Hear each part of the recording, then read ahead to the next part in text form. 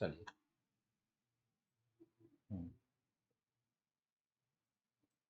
चलिए last class में हम लोग postulates of Bohr model of hydrogen atom से किए थे, आज वहीं से रिवाइज करते हुए आगे बढ़ेंगे।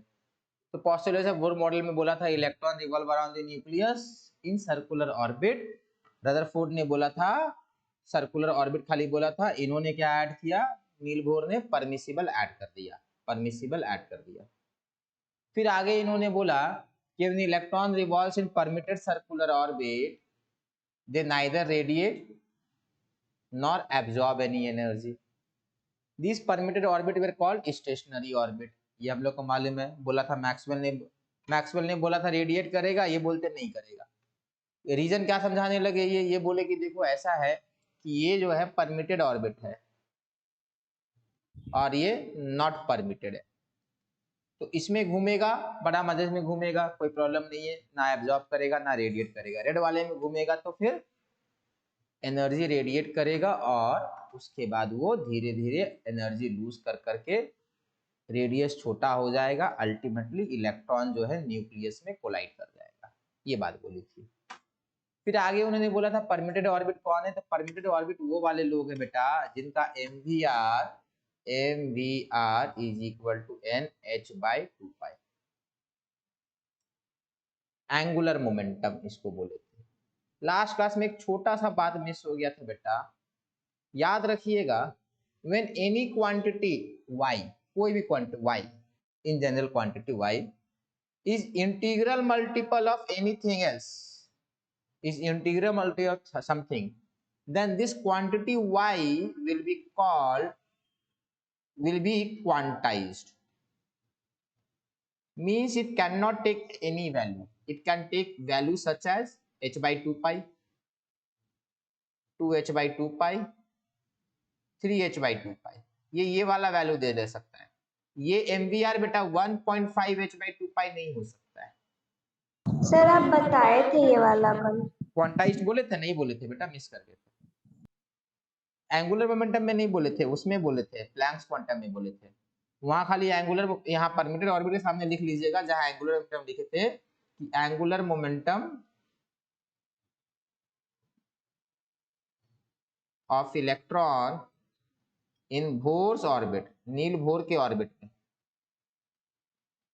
इज क्वांटाइज्ड, ये लिख लीजिएगा।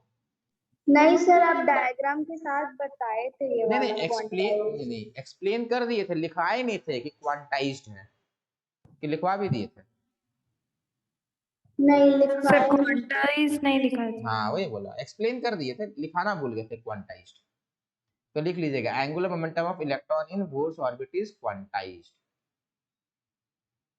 चलिए बेटा आगे बढ़ते हैं। फिर पोस्टुलेट्स ऑफ बोर मॉडल आया था, lower orbit have lesser energy, higher orbits have more energy, ये किए थे। फिर बात किए थे बेटा कि हम लोग जब ऊपर से नीचे आएगा और नीचे से ऊपर जाएगा, ऊपर से नीचे आएगा तो एनर्जी लूज करता है, नीचे से ऊपर जाएगा तो एनर्जी गेन करता है। ये हैंग करेगा, इससे भाग जाते हैं। इसी में प्रॉब्लम हुआ था ना, किसमें प्रॉब्लम हुआ था लास्ट क्लास में, ठीक है इसमें। हाँ यहाँ पर बेटा फिर हम लोग बोले थे कि फ्रीक्वेंसी ऑफ लाइट एमिटेड और absorb will be delta E/h, ये भी हुआ था, इसका डेरिवेशन भी देखे थे, ठीक है। चलिए नेक्स्ट, ये सारा का समराइज किया हुआ है। फिर हाइड्रोजन लाइक स्पीशीज किए थे बेटा, what are hydrogen like species, one electron species are called hydrogen like, such as helium plus, lithium 2+, beryllium 3+, boron 4+, यही सब चलता रहेगा। नेक्स्ट, फिर रेडियस ऑफ बोर ऑर्बिट किए थे बेटा। रेडियस ऑफ बोर ऑर्बिट का फॉर्मूला क्या आया था बेटा, radius of nth orbit will be equal to r0 n²/z, ये आया था। r0 का वैल्यू आया था बेटा 0.529 एंगस्ट्रॉम, ये किए थे। ये क्वेश्चन हम लोग सॉल्व किए थे, ये भी क्वेश्चन सॉल्व किए थे, आंसर ये था, आधे लोगों ने ये वाला आंसर दिया था और बताए थे डॉक्टर से कंपाउंडर बन जाइएगा। फिर रेशियो आया था बेटा, ये भी किए थे। वेलोसिटी ऑफ इलेक्ट्रॉन भी किए थे, velocity of electron in nth orbit is v0 z/n, where v naught is equal to 2.18 10 का पावर क्या बेटा, जल्दी से बोलेंगे। So 6. बहुत बढ़िया, 6 मीटर पर सेकेंड और 2.18 10 का पावर 8 सेंटीमीटर पर सेकेंड दोनों होता है। चलिए, फिर ये वेलोसिटी का सिंपल सा क्वेश्चन था, ये वाला इसका आंसर था, कुछ लोगों ने ये वाला आंसर दिया। फिर ये वाला भी हम लोग किए थे, ये वाला इसका आंसर आया था। फिर आया था ये बाहुबली क्वेश्चन और टाइम पीरियड निकालने बोले थे। टाइम पीरियड सर इसका 1:3 होगा। इसका 1/27 आया था। पोस्ट कीजिए बेटा, Yes, sir. मैसेज पोस्ट कीजिए जिनका जिनका है। सर ये वाला तो हम कल ही बता दिए हाँ थे। बेटा, तनिषा आपने बताया था, बहुत बढ़िया बेटा। चलिए यहाँ देखेंगे बेटा कैसे करना है, समझेंगे बात। टाइम पीरियड निकालने के लिए आपको लिखना होगा time for one revolution. Time for one revolution, time for one revolution is called time period. Time for one revolution is called time period, and time period is equal to distance by time, by velocity, sorry, by speed. How much is distance? 2 pi r.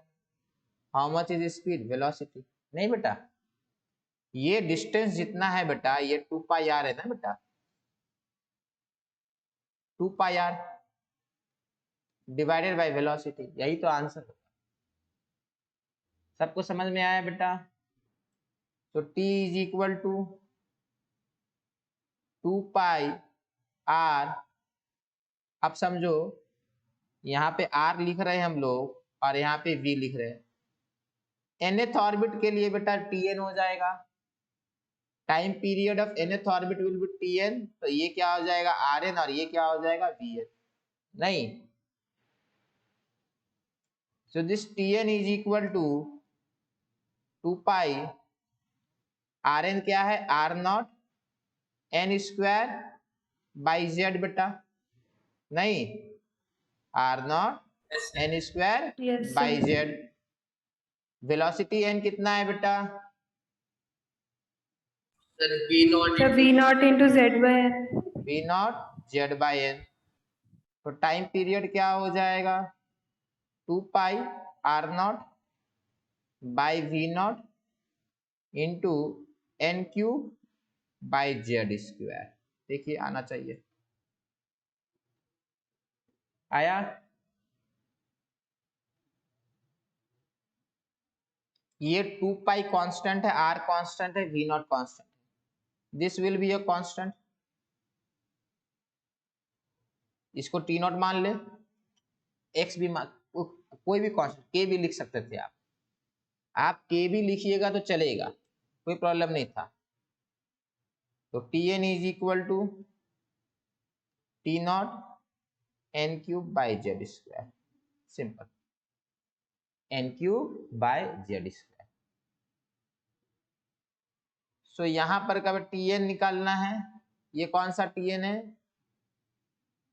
First orbit, tn by t3।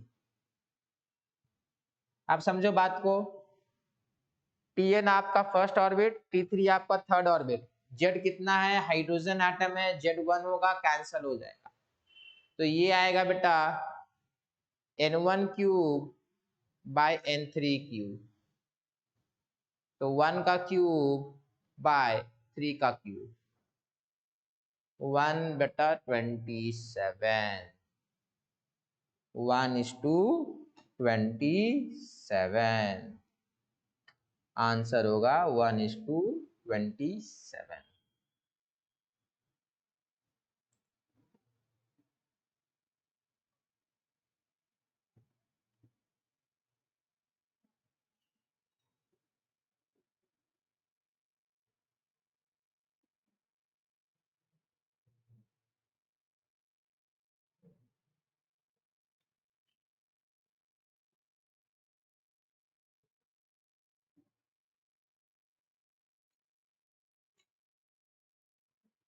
बन गया बेटा? चलिए, Tanisha, Kaushiki and Aditya बेटा। तनीषा बेटा आपने कल answer दिया था, बाकी कौशिकी, आदित्य कुमार बेटा आपने आज आंसर दिया, बहुत बढ़िया बेटा। बाकी लोग से बनना था बेटा। चलिए आगे बढ़े। इस वाले क्वेश्चन को सॉल्व करिए बेटा। जिनका आंसर पहले से आ गया है व्हाट्सएप कर दीजिए, ये व्हाट्सएप बोलता हूँ, मैसेज कर दीजिए।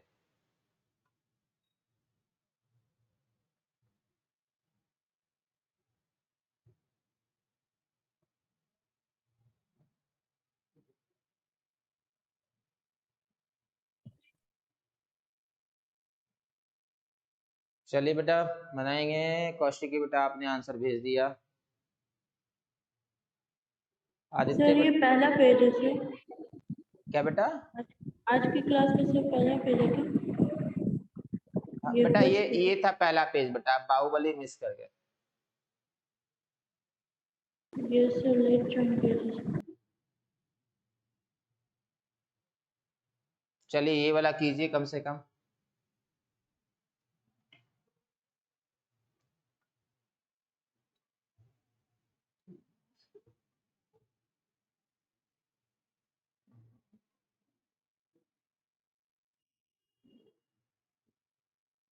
टाइम पीरियड का अभी हम लोग निकाले बेटा, T N is equal to T naught N cube by Z square. अभी निकाले, अभी हम लोग डिराइव किए। बाहुबली वाले क्वेश्चन में जस्ट डेरिवेशन हुआ है। बाहुबली वाले क्वेश्चन में अभी जस्ट डिराइव किए। Time period of nth orbit is equal to T naught N cube by Z square. N is the number of orbit and Z is the atomic number. तो ये आपका helium plus है, ये आपका lithium 2 plus है। यहाँ Z आपका 3 माना जाएगा और यहाँ जेड आपका 2 माना जाएगा। Second orbit of helium plus, यहाँ पे n इज इक्वल टू 2 लेना है, और यहाँ third orbit of lithium 2 plus, n is equal to 3। तो यहाँ जो टाइम पीरियड आएगा आपका, time period of helium plus,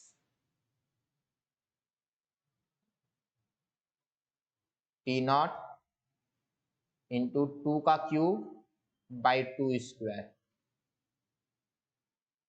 यही आना है ना बेटा। फिर यहाँ आएगा T of lithium 2 plus is equal to T naught into 3 cube N cube by 3 square. So this is equal to T naught into 3 and this is equal to T naught into 2। तो ratio कितना आ जाएगा बेटा?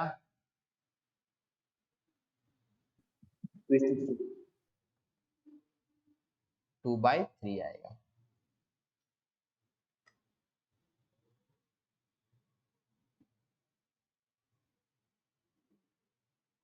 सही निकाले तो? Yes. Yes, sir. चलिए बेटा। ये वाला लिखिए। कौशिकी, आयुष, आदित्य नहीं, कौशिकी का सही है, आयुष गौतम का सही है, मेरा जीवन भी का सही सही है। आया। हाँ बेटा। गलत आया था मेरा, जो हम आंसर लिखे हाँ अभी बेटा करेक्ट किए। ठीक है, बहुत बढ़िया बेटा।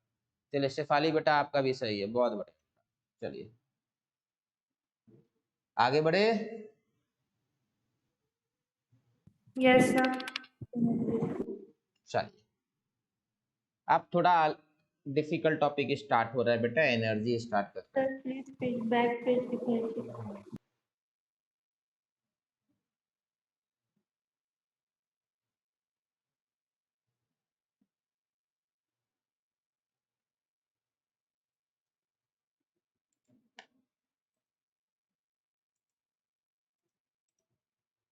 हो गया सर।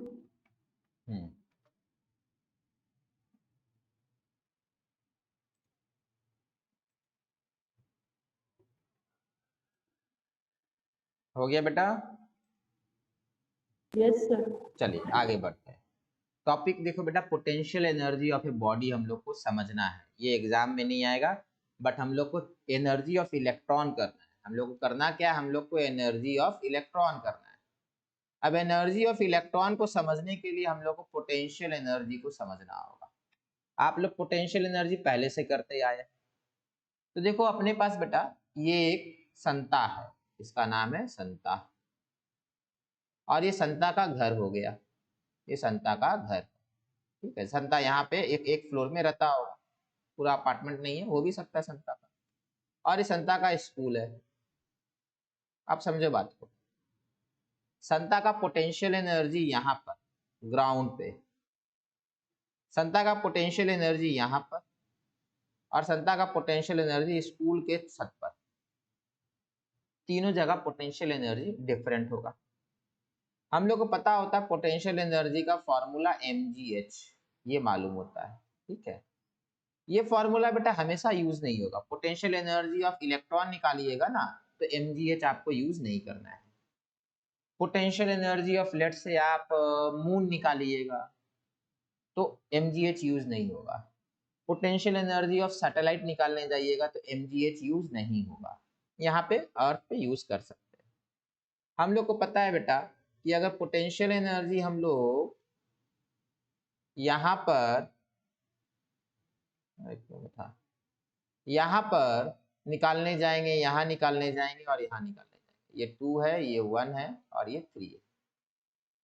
बेटा पोटेंशियल एनर्जी निकालने के लिए लेट से ये हाइट है 10, ये हाइट है 5, तो बेटा यहाँ पर पोटेंशियल एनर्जी कितना होगा जल्दी से बताएंगे। सर 0। 0 होगा, बहुत बढ़िया। यहाँ पे बेटा mass of Santa into gravitation into 10, क्योंकि हाइट है। यहाँ पर पोटेंशियल एनर्जी होगा mass of Santa into gravitational pull, sorry gravitational acceleration into 5, ये आपका पोटेंशियल एनर्जी होगा। तो इसमें किसी को डाउट नहीं होना चाहिए कि यहाँ पे पोटेंशियल एनर्जी हम लोग 0 मान रहे हैं, आया ना बेटा। चलिए अब ध्यान से समझिए, मान लेते गड्ढा है यहाँ पे एक गड्ढा है, यहाँ पे संता का पोटेंशियल एनर्जी कितना होगा?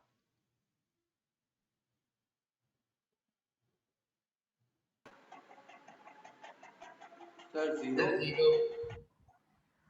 यहाँ पे 0 हो जाएगा। तो माइनस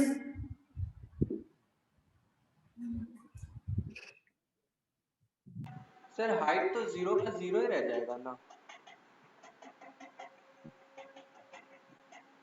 देखो सबसे पहली बात जो है ना, पोटेंशियल एनर्जी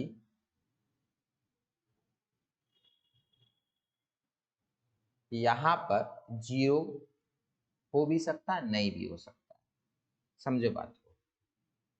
यहाँ पर आप पोटेंशियल एनर्जी मेजर करने के लिए यहाँ पर पता करना है, तो आप ये वाला हाइट ले रहे हो, तो आपने यहाँ से हाइट मेजर किया ना।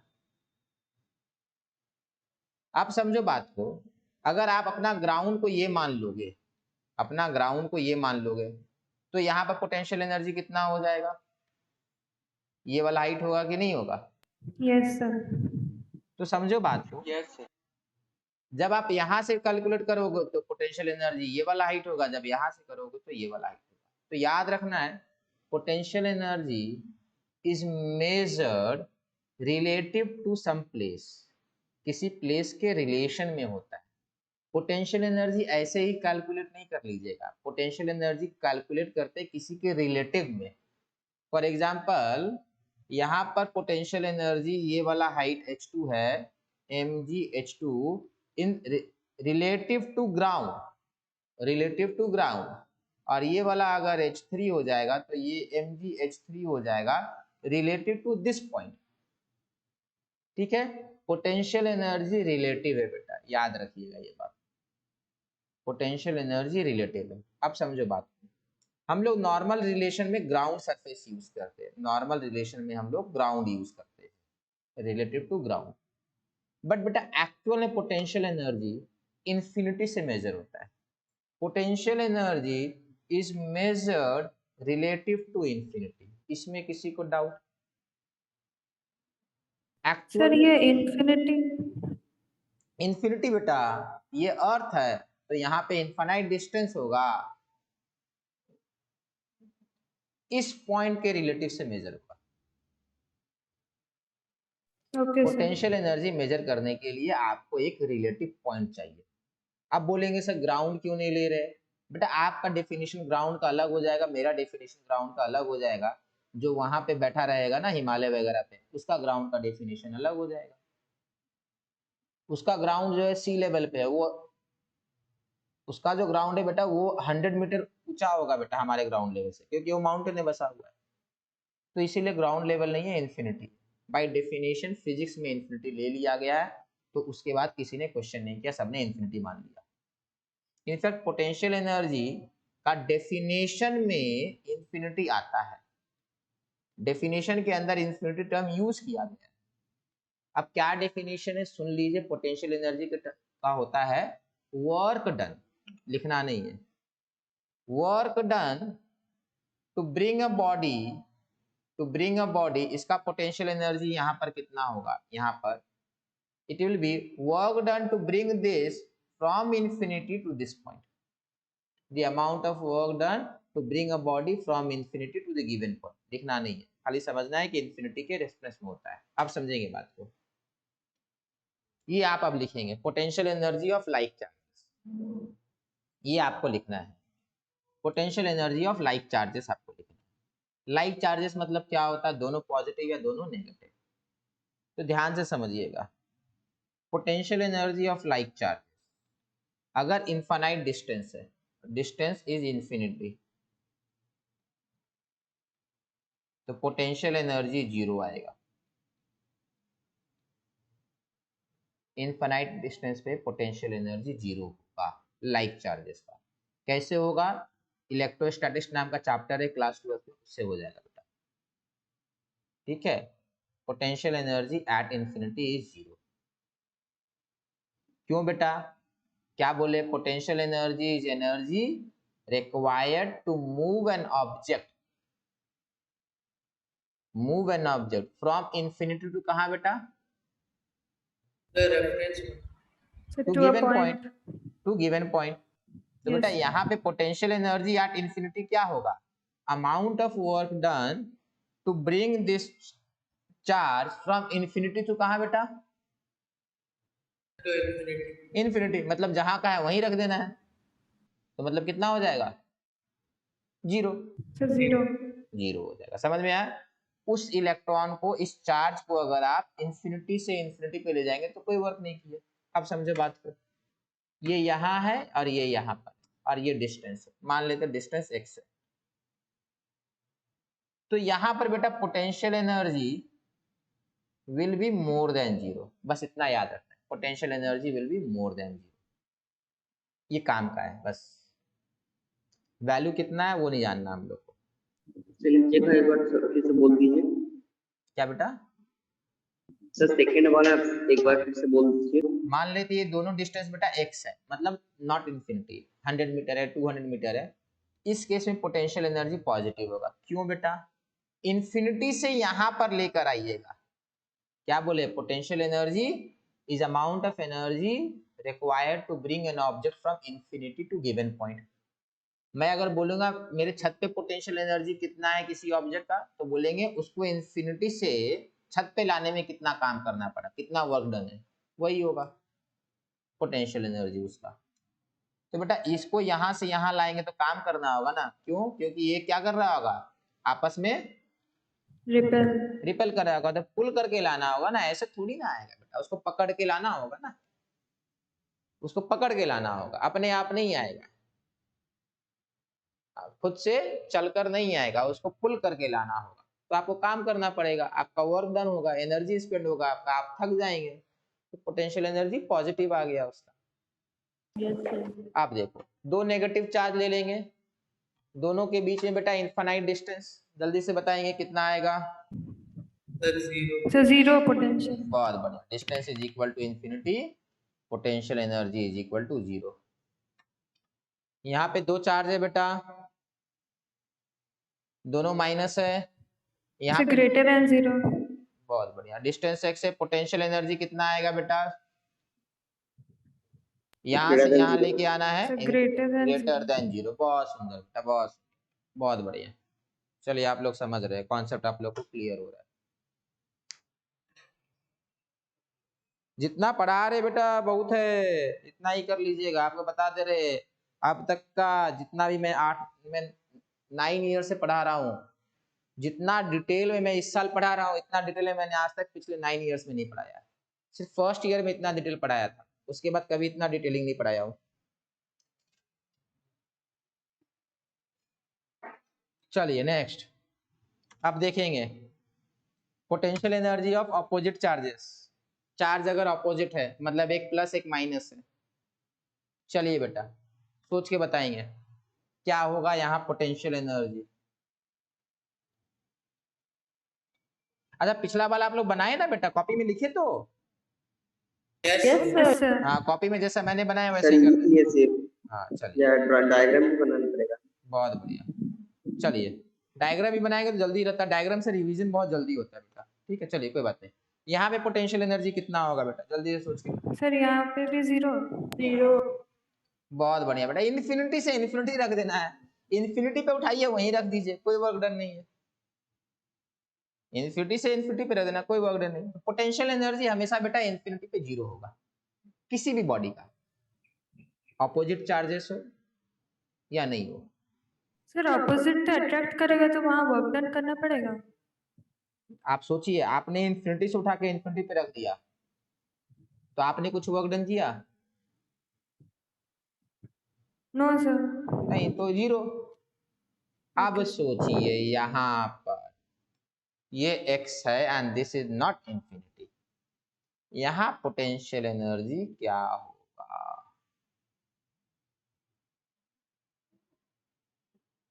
सर ग्रेटर ही होगा ना सर। सोचिए यहाँ से यहाँ ये आएगा, समझिए बात को, इसको बुला कर लाना है या अपने आप चला आएगा? अपने आप आएगा। अपने आप चला आएगा। इनफैक्ट आप इसको यहाँ से यहाँ लाकर रखेंगे तो उसके बाद ये आगे जाएगा ना बेटा, क्योंकि अभी भी अट्रैक्ट कर रहा है। तो आप क्या कर रहे हो, उसको पकड़ के रख रहे हो कि उधर ना जाए। आपने उसको पकड़ के रखा है कि उधर मत नहीं जा, वो बार बार इधर जा रहा होगा।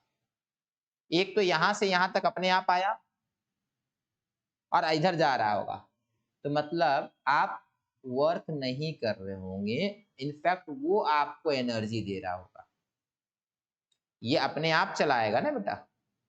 Yes sir. तो रास्ते में अगर आप यहाँ पर मान लेते हैं, ऐसा करना नहीं है, मान लेते हैं आप यहाँ पे रास्ते पे एक वो रख देते हैं, सर्कुलर मिल रख देते हैं, तो ये घूमने लगेगा ना बेटा बाय फोर्स। Yes sir. तो मतलब ये आपको काम करके दे रहा है, आपने थोड़ी ना काम किया। तो पोटेंशियल एनर्जी यहाँ कितना आ जाएगा बेटा?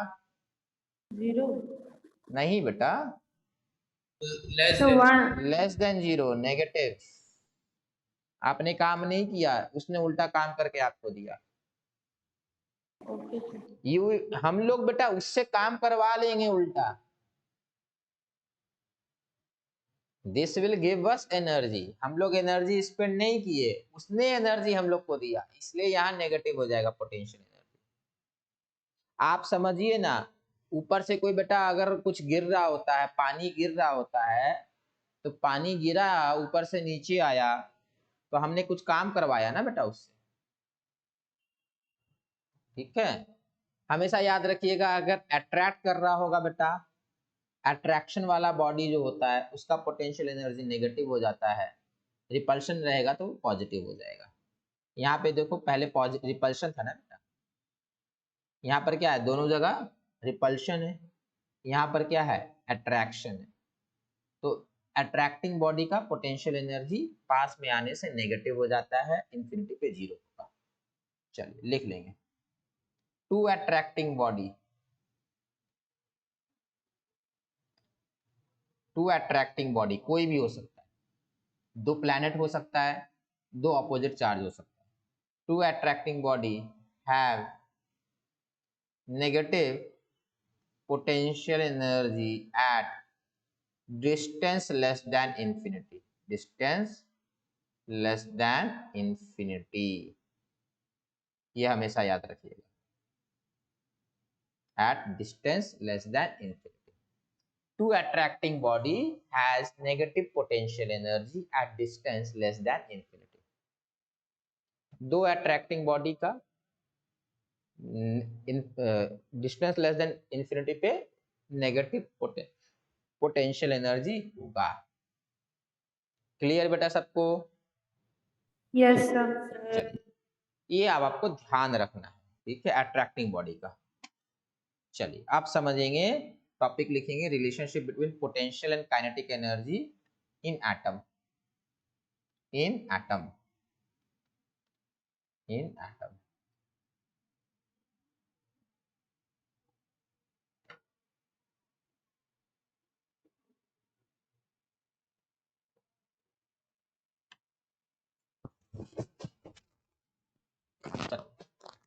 एटम के अंदर कौन है? न्यूक्लियस है, और कौन है? इलेक्ट्रॉन है।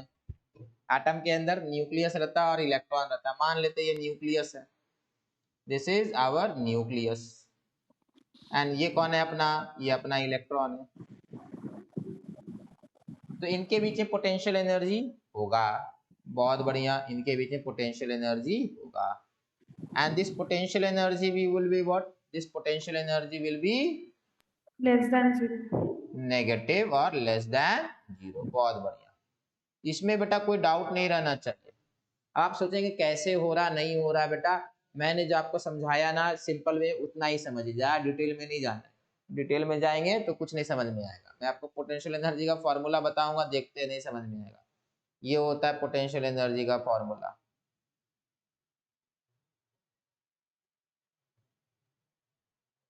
चलिए इसको इसको बारे में कभी सुने हैं?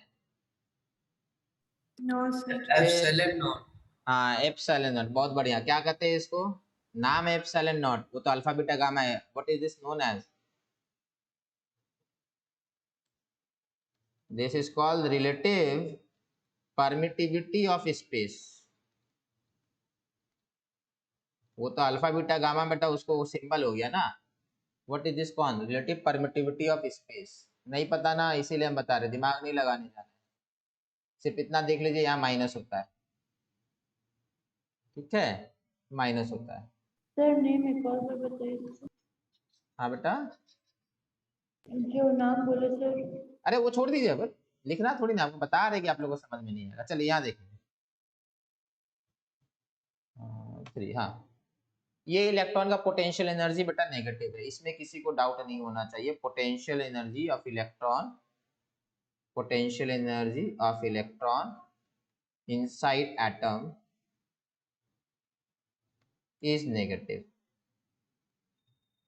आप समझो बात को, ध्यान से समझिएगा। ये इलेक्ट्रॉन है और ये न्यूक्लियस है। ये न्यूक्लियस है, ये इलेक्ट्रॉन है।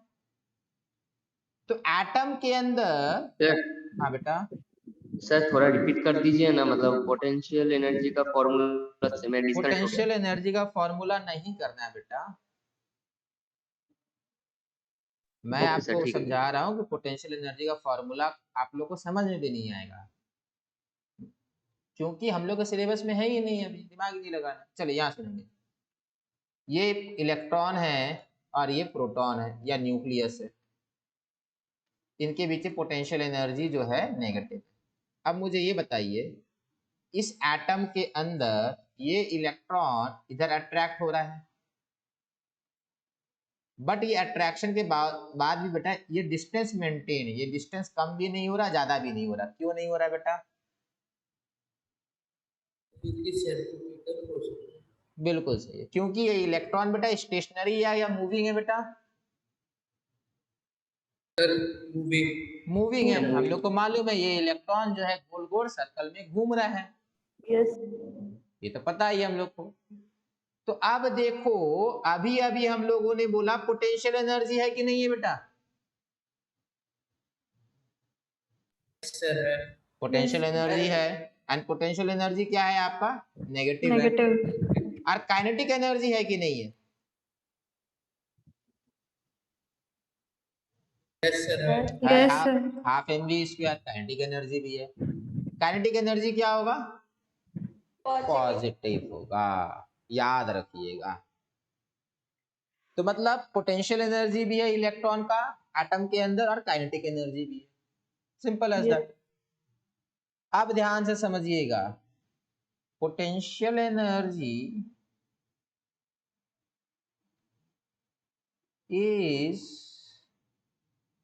twice the amount of kinetic energy, या फिर kinetic energy is half of potential energy।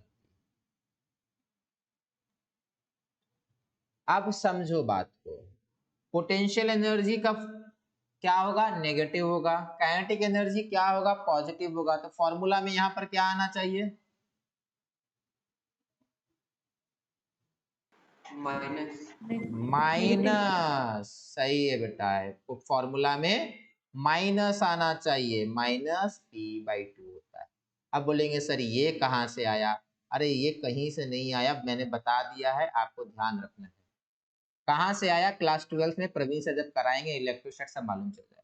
अभी ध्यान रखिए, kinetic energy is equal to minus potential energy by, किताब में बुक्स में नहीं है। हाँ बेटा, हर एक एटम में। सर काइनेटिक एनर्जी पॉजिटिव क्यों हो रहा है?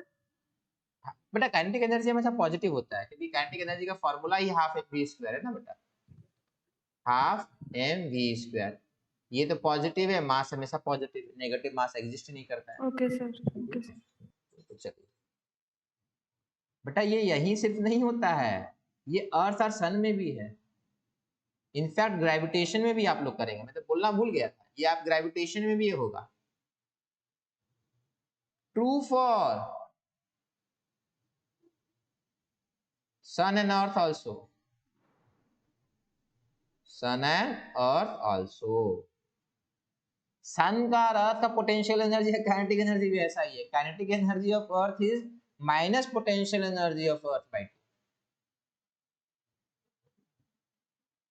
2। पोटेंशियल एनर्जी ज्यादा है तो फिर वो काइनेटिक एनर्जी को कैसे, मतलब क्या, जब पोटेंशियल एनर्जी काइनेटिक एनर्जी से ज्यादा है तो फिर भी क्यों घूमता है? पोटेंशियल एनर्जी ज्यादा तो अच्छा चलिए मान लेते ये आपका अर्थ है, ये अर्थ है और ये आपका सैटेलाइट है ना। यस सैटेलाइट का काइनेटिक एनर्जी होगा क्योंकि अर्थ के ऊपर घूम रहा है, यस Yes, sir. और सैटेलाइट का पोटेंशियल एनर्जी भी होगा। Yes, sir. फिर ऐसा होता है बेटा, आपको ध्यान रखना, सारा आंसर जो है ना आपको ग्रेविटेशन में मिल जाएगा और इलेक्ट्रोस्टैटिक्स से मिल जाएगा। चलिए हो गया इतना बेटा। Yes sir. चलिए अब देखिए, what will be total energy of electron, लिखते रहना, टोटल एनर्जी ऑफ इलेक्ट्रॉन क्या हो जाएगा, potential energy plus kinetic energy. Total energy क्या हो जाएगा, potential energy plus kinetic energy. So total energy will be equal to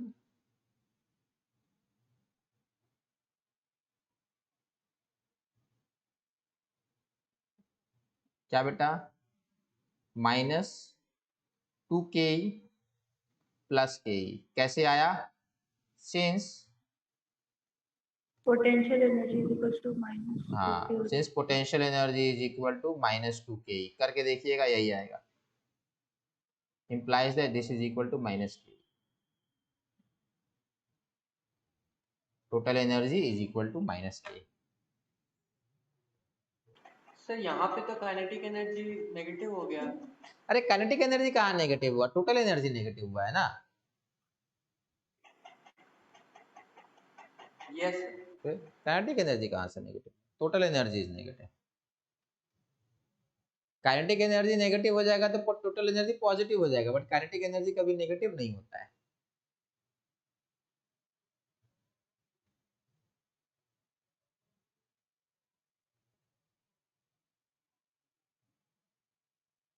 yes sir. चलिए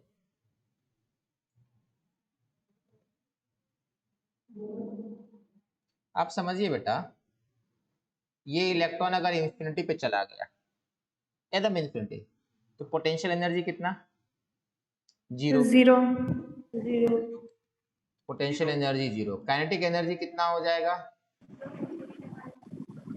ये होगा मतलब कितना? Yes, sir. तो 0 0 बेटा लॉजिकल भी है, क्योंकि इन्फिनिटी पे अट्रैक्ट करेगा या नहीं करेगा बेटा ये आपस में? नहीं सर नहीं करेगा। नहीं तो इन्फिनिटी में इलेक्ट्रॉन को घूमना पड़ेगा कि स्टेशनरी रह सकता है?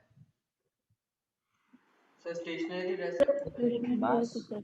तो इन्फिनिटी पे अगर कोई इलेक्ट्रॉन चला जाएगा तो कोई अट्रैक्शन नहीं है उसका, तो वो आराम से बैठा रहेगा, कोई ये इसको गोल गोल नहीं घूमना है। ये बेचारा इतना मेहनत कर रहा है, देखिए इतनी देर से हम लोग बातें कर रही है, कितने चक्कर लगा चुका है, थक गया होगा इतना। तो इन्फिनिटी पे उसको कोई परेशान नहीं रहेगा, इन्फिनिटी पे इलेक्ट्रॉन चुपचाप बैठा रहेगा। मतलब इन्फिनिटी पे बेटा potential energy 0, kinetic energy 0 and total energy is Total also energy. 0 लिख लेंगे। At infinite distance from proton nucleus, लिखेंगे at infinite distance from nucleus, at infinite distance from nucleus, potential energy, kinetic energy and total energy all are 0, sorry, of electron, all are 0, of electron are 0, ये ध्यान रखना है हमेशा। Infinity पे सारा energy 0 हो जाएगा, all type of energy will B 0। चलिए सर हाँ सर बेटा, हाँ बेटा सर ये पूछ लो।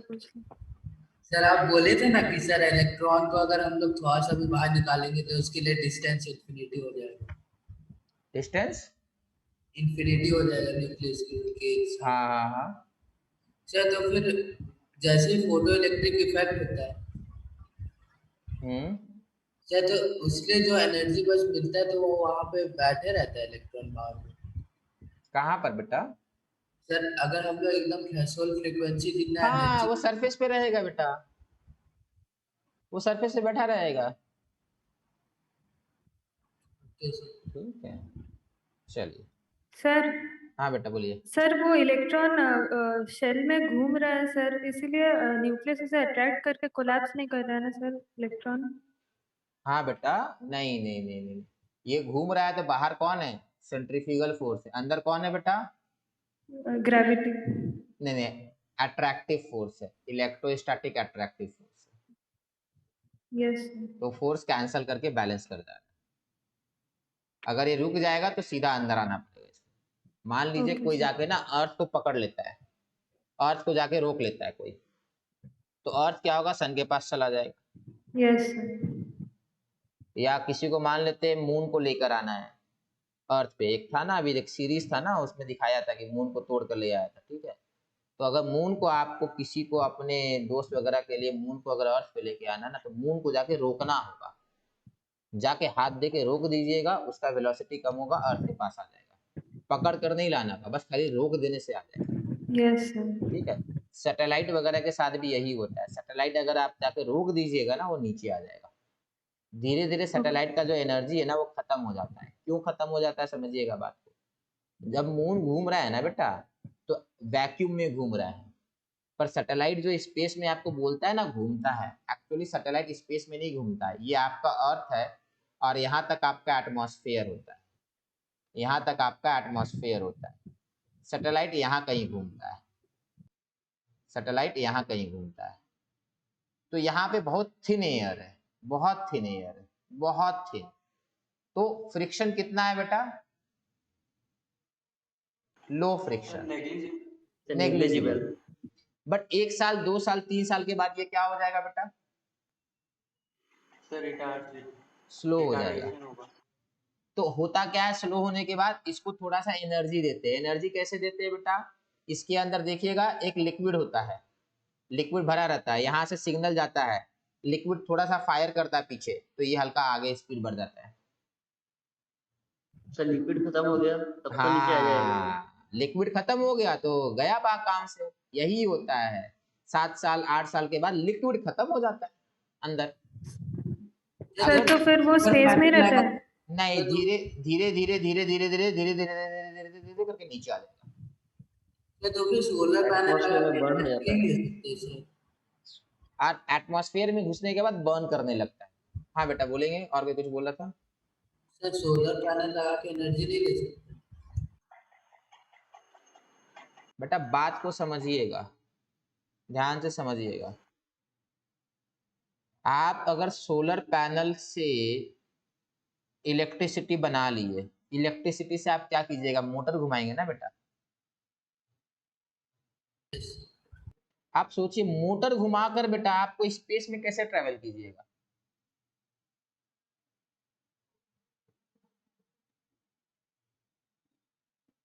बेटा मोटर घुमाकर जमीन पे इसलिए चल पाते हैं क्योंकि फ्रिक्शन है।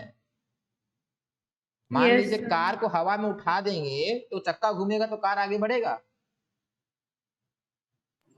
No, sir. नहीं बढ़ेगा। आप बोलेंगे सर पीछे पंखा लगा देंगे। बेटा पंखा लगाने से आगे क्यों जाता है एरोप्लेन? क्योंकि एयर है, एयर बाहर एयर भी नहीं है ऊपर, इसीलिए Sir, air सोलर। friction. हाँ एयर भी नहीं है बाहर, ठीक है। थिन एयर है तो उससे कोई फर्क नहीं पड़ने वाला। थिन एयर में क्या होगा? कुछ होगा ही नहीं, एकदम थिन एयर है, ठीक है। इसीलिए रॉकेट का जो लाइफ होता है 7 साल 8 साल, उसके बाद खत्म हो जाता है।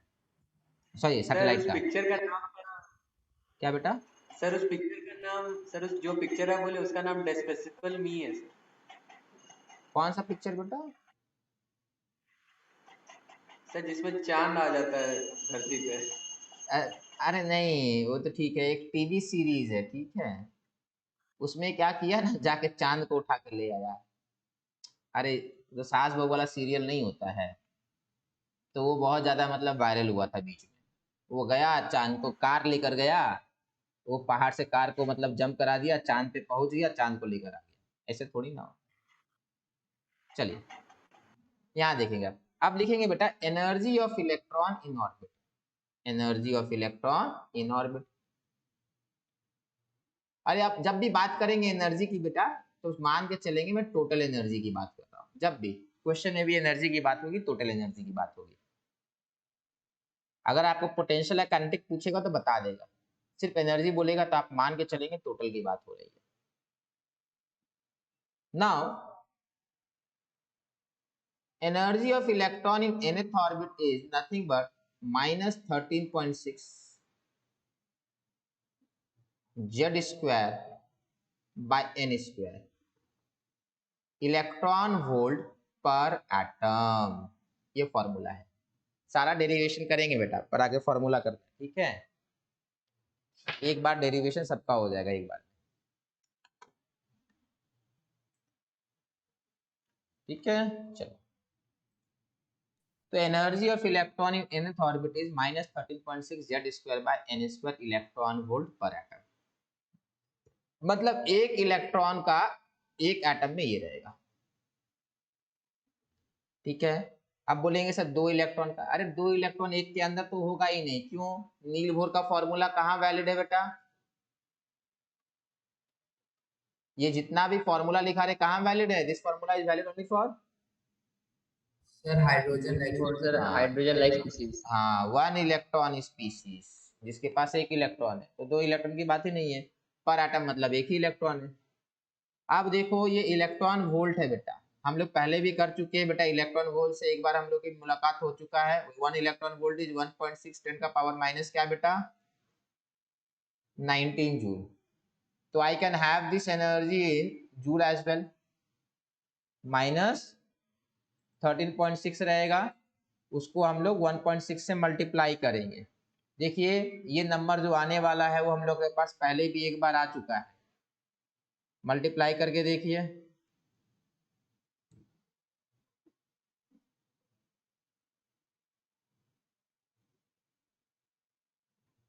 ये नंबर आएगा बेटा माइनस 2.18 आएगा। इंटू 10 का पावर देखिए क्या आने वाला है, माइनस 18 आएगा। Into Z square by N square joule per atom आएगा।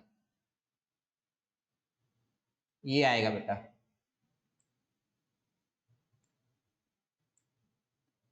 ठीक है, ये नंबर हम लोग के पास पहले आया, याद है? यस वेलोसिटी में आया था। कोइंसिडेंस है कि दोनों एक ही हो गया, ठीक है, ऐसे कोई रिलेशन नहीं है इनके बीच में, बस कोइंसिडेंस है कि दोनों एक ही हो गया। बेटा अब ये जरा बताएंगे, अर्ज का मतलब पता होता? अर्ज, ERG, अर्ग बोल सकते हैं आप लोग उसको। Sir CGS system of joule. हाँ, कितना जूल होता है बेटा एक? सर 4 10 का पावर माइनस, -4। पक्का? तो किसी को? -7 ना। हाँ, ये सही बोले। लिखेंगे बेटा,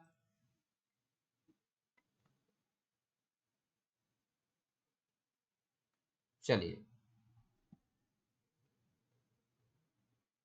लिखेंगे 10 का पावर -7 होगा बेटा, याद रखेंगे। चलिए 1 अर्ज 10 का पावर -7, तो EN कितना आ गया बेटा? -2.18, 10 का पावर माइनस क्या बेटा? 11 Z² / N²,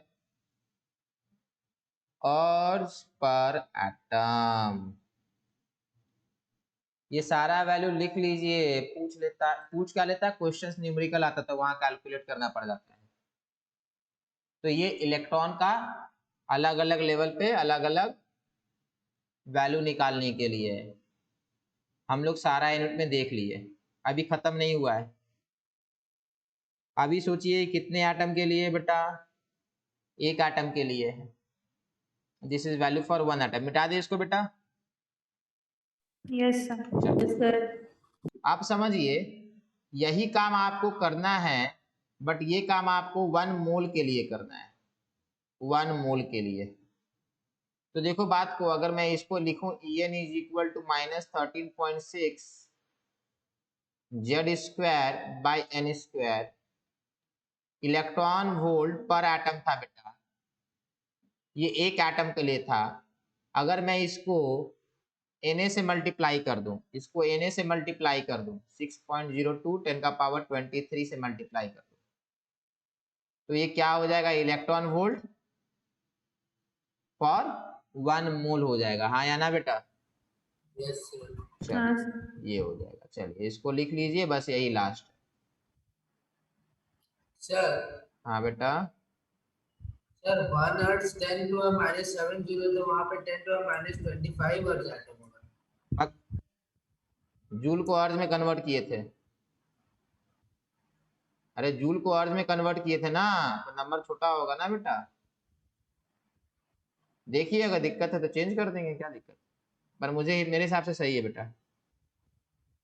ओके सर। देखिए ये जो बोल रहे हैं ना बेटा, वो बोल रहे हैं कि -7 था ना, तो नंबर कम होने की जगह 10 का पावर -11 होने की जगह ऊपर जाना था, 10 का पावर -25 करना था, वो नहीं होगा।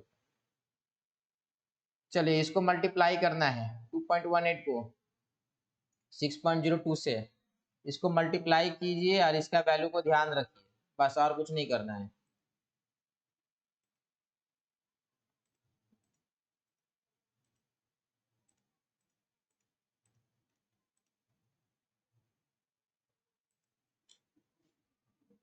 चलिए ऊपर वाला याद नहीं रखेंगे, पर नीचे वाला याद रखना है।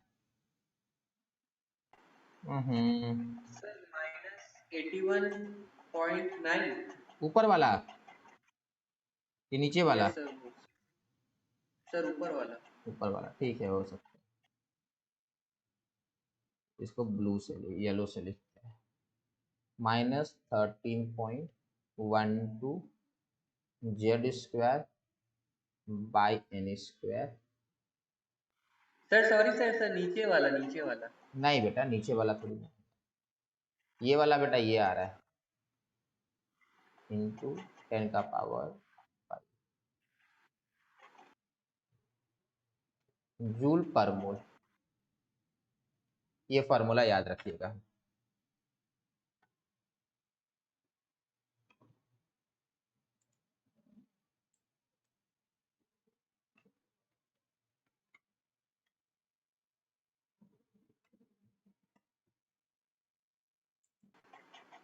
सर जेड स्क्वायर आप नहीं लिख रहे?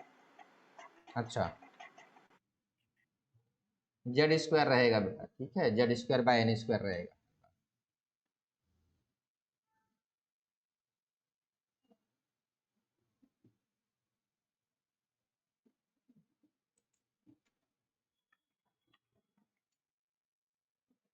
Yes sir.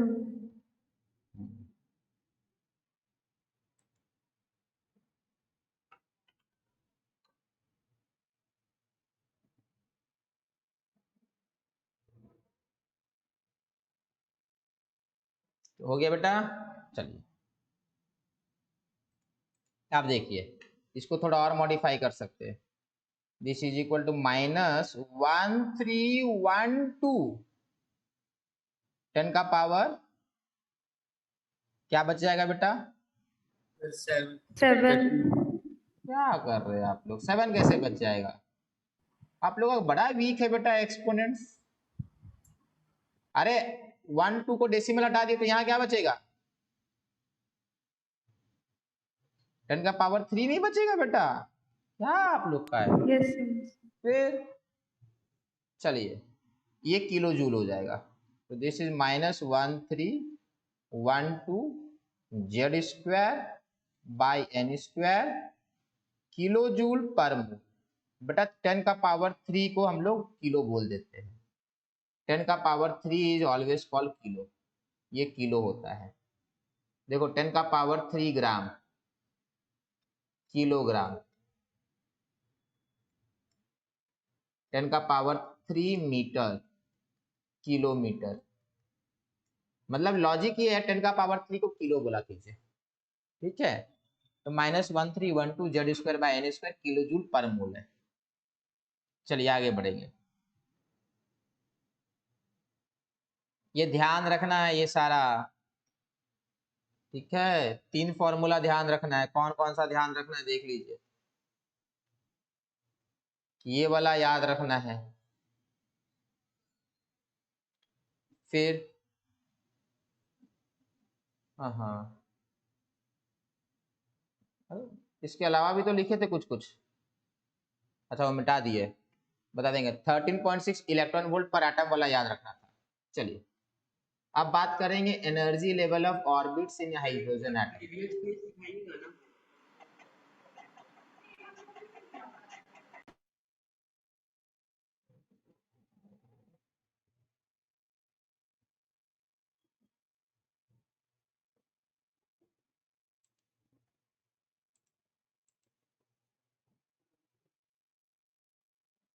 Yes sir, done. चलिए चलिए अब बात है energy level of orbit in hydrogen atom. समझिए बात को, आपको E1 निकालना है। तो E1 क्या हो जाएगा? -13.6 इंटू क्या बेटा? हम लोग को En क्या मालूम है? En is equal to -13.6 Z square by Z square by N square electron volt per per atom. Atom. तो E1 क्या हो जाएगा? -13.6। जेड कितना है बेटा हाइड्रोजन के लिए? सो 1। 1 square by 1 square electron volt per atom. तो दिस इज -13.6 इलेक्ट्रॉन वोल्ट पर 1 एटम। फिर हम लोग इसी तरीके से E2 का निकालेंगे। E2 क्या हो जाएगा? -13.6। जेड कितना बेटा हाइड्रोजन के लिए? हाइड्रोजन बोला है ना बेटा, तो हाइड्रोजन के लिए हम लोग जेड को 1 मानेंगे। जेड को 1 माना है। चलिए यस सर। ठीक है, तो ये आ गया आपका Z square is 1 by N square. N square कितना बेटा? 4। 2 स्क्वायर। बहुत बढ़िया, ये करके देखिएगा -3.4 इलेक्ट्रॉन वोल्ट आएगा। इसी तरीके से आपको E3 निकालना है। E3 आएगा -13.6। E3 आपका आएगा बेटा -13.6 into again Z square 1 square, N square इस बार 3 स्क्वायर यूज कीजिएगा। ये आएगा -1.85 इलेक्ट्रॉन। लिखिए इसको 1.85 करके देखिएगा, 1.85 आ रहा है। चलिए बेटा कीजिए इसको। सॉरी 1.51 आया, पहला ही सही था।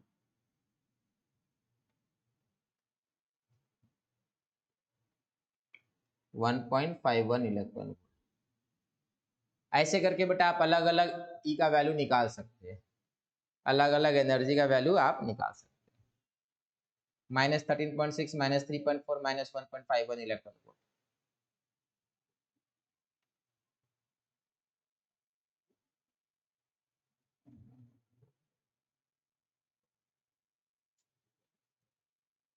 ये हाइड्रोजन एटम है, यहाँ पे E1 है, E1, यहाँ पे E2 होगा, यहाँ पे E3 होगा। अलग अलग ऑर्बिट पे अलग अलग एनर्जी होगा। चलिए इतना अगर हो गया होगा तो E इंफिनिटी निकाल के देखिए। Sir electron volt per atom नहीं लिखेंगे? हाँ बेटा पर एटम है, सॉरी ओके पर sir. Atom.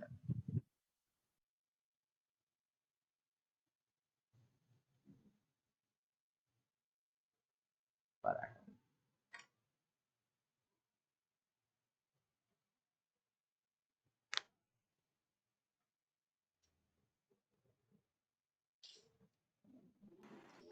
Sir 13.6 into 1 square divided by infinity।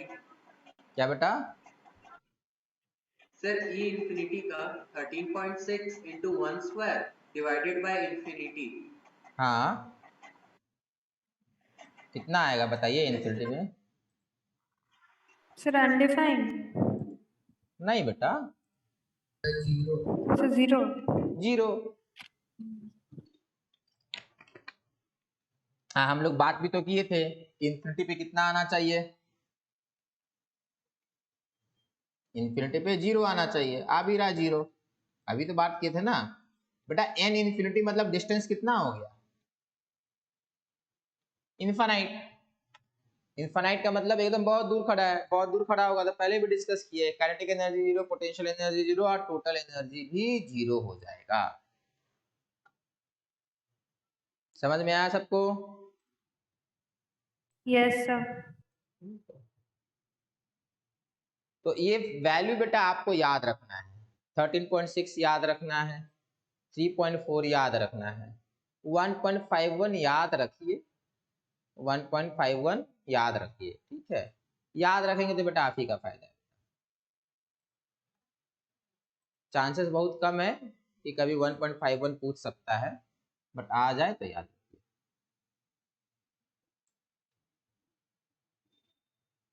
मतलब पूछेगा तो वहां निकाल सकते हैं, बट याद रहेगा तो न्यूमेरिकल सॉल्व करने में बड़ा जल्दी हो जाता है।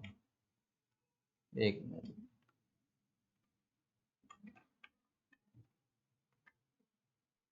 चलिए यहां तक हो गया, नेक्स्ट आगे बढ़ते हैं। अब energy level of orbit in hydrogen atom बेटा समझेंगे बात को। यहाँ और यहाँ एक ही काम करना है, बट यहाँ पे बेटा ऑर्बिट सर्कुलर होता है ना।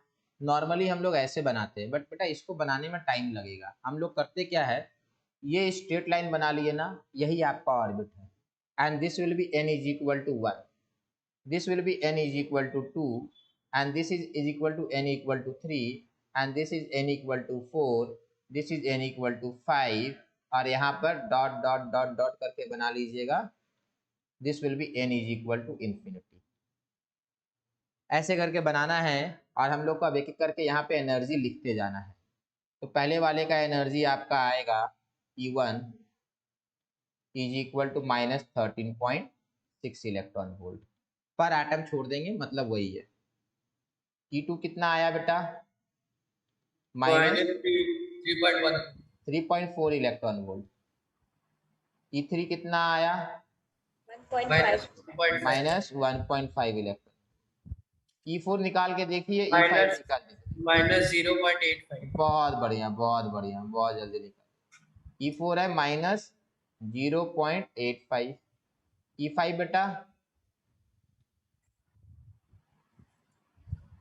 बताइए, 13.6/25 आएगा, ठीक है? E5 याद नहीं भी है तो ठीक है, आप लोग E5 छोड़ सकते हैं, कोई दिक्कत नहीं है।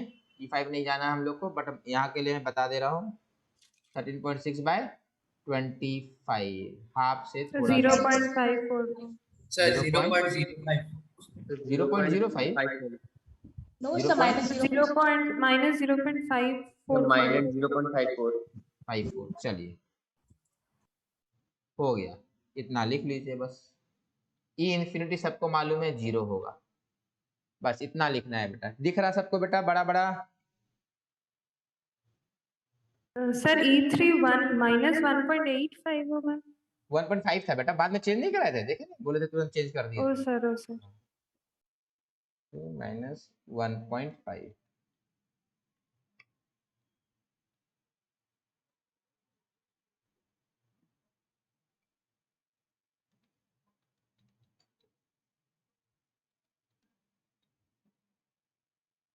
नोटिस कीजिए जरा, ऊपर जाके गैप कम करते चले गए ना बेटा। हाँ सर। Yes sir. देख रहे हैं, यहां से यहां, यहां से यहां, ये क्या है? ई इंफिनिटी माइनस E1। कितना आया बेटा?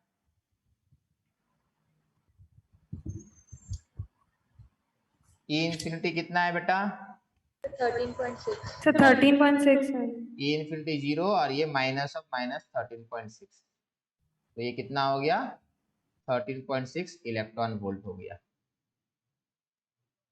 मतलब कोई इलेक्ट्रॉन इंफिनिटी में है, सॉरी, कोई इलेक्ट्रॉन अगर इंफिनिटी से 1 आएगा तो 13.6 इलेक्ट्रॉन वोल्ट का एनर्जी रिलीज करेगा। ऊपर से नीचे आने में रिलीज होता है, नीचे से ऊपर जाने में एब्जॉर्ब होता है, इसमें कोई डाउट नहीं होना चाहिए। ऊपर से नीचे आने में एनर्जी रिलीज होता है, नीचे से ऊपर जाने में एब्जॉर्ब होता है, लास्ट क्लास में देख चुके हैं। अब ध्यान से समझिएगा, यहां पर एनर्जी डिफरेंस कितना है?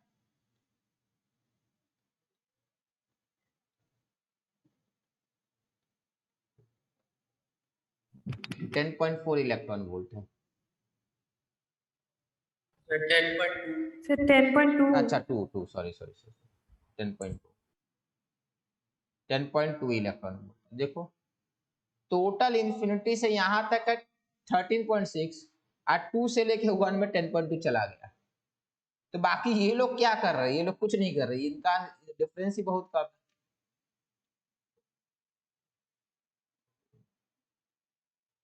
इनका डिफरेंस बड़ा कम है।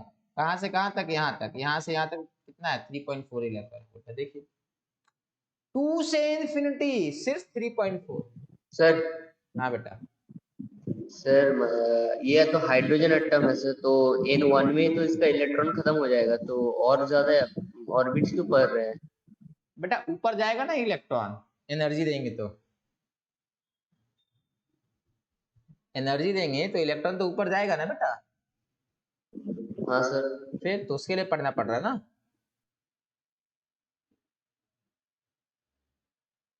ठीक है, इलेक्ट्रॉन ऊपर जाएगा, इसके लिए पढ़ना पड़ रहा है। चलिए हो गया बेटा। Yes sir.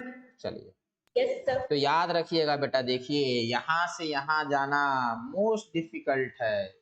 पहला स्टेप मोस्ट डिफिकल्ट 10.2, उसके बाद यहां से इन्फिनिटी पहुंचने में 3.4। इसीलिए कहते हैं बेटा जो पहला स्टेप होता है ना मोस्ट डिफिकल्ट होता है।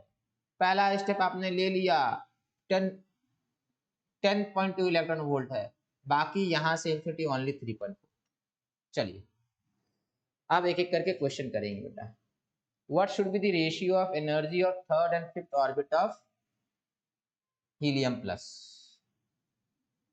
आपको E3 बाय E5 निकालना है, किसका? फॉर हीलियम प्लस निकालना है। चलिए कीजिए, E3 by E5 for helium plus.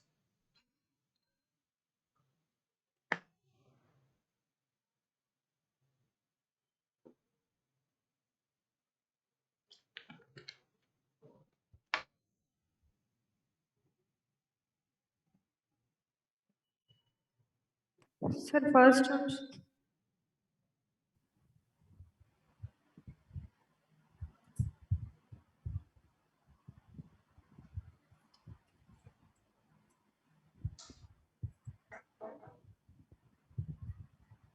सही है कौशिकी बेटा, आदित्य बेटा, दोनों का सही है।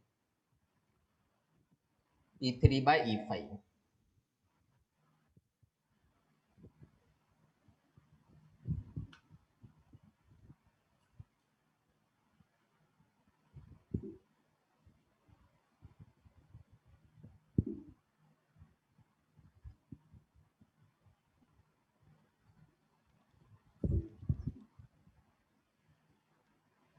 ये फॉर्मूला था Z²/N²। Z कितना हीलियम के लिए 2 है बेटा, 2²/3²। E5 हो जाएगा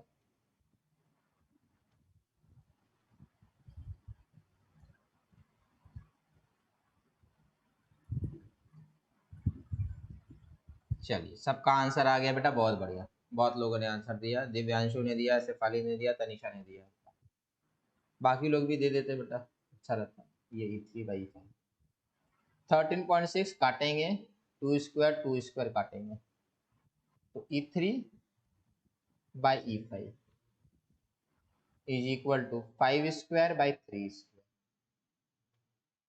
25/9। सही बेटा, तनीषा का भी है, आयुष गौतम का भी आ गया। चलिए ये होगा आंसर। क्लियर है बेटा, सबका बना? संदीप, हाँ सर। संदीपन बेटा बना आपका?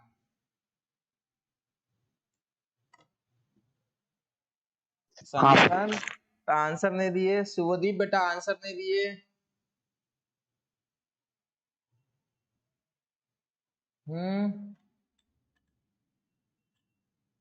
सोमनाथ बेटा आप आंसर दे रहे हो, पहले से दिया कीजिए बेटा सबको।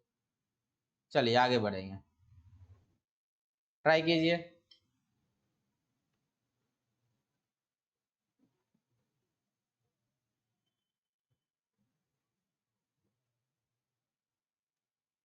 सही है संदीपन बेटा।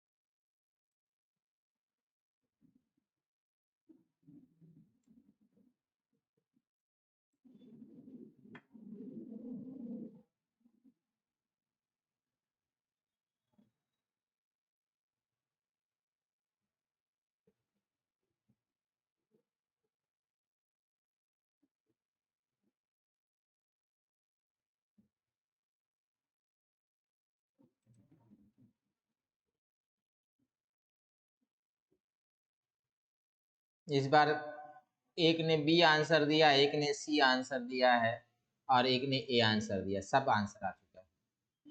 ये इतना देखो बेटा, ये आपको ना क्वेश्चन मैं बता दे रहा हूँ, ऐसे कंपेयर वाले क्वेश्चन बहुत आएंगे।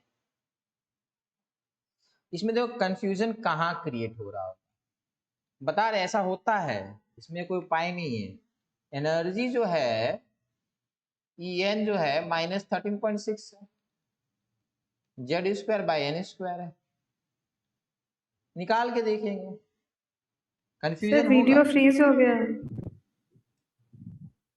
मेरे यहाँ तो नहीं हुआ बेटा, नहीं सर, फ्रीज नहीं हुआ अभी। चल रहा है यहाँ।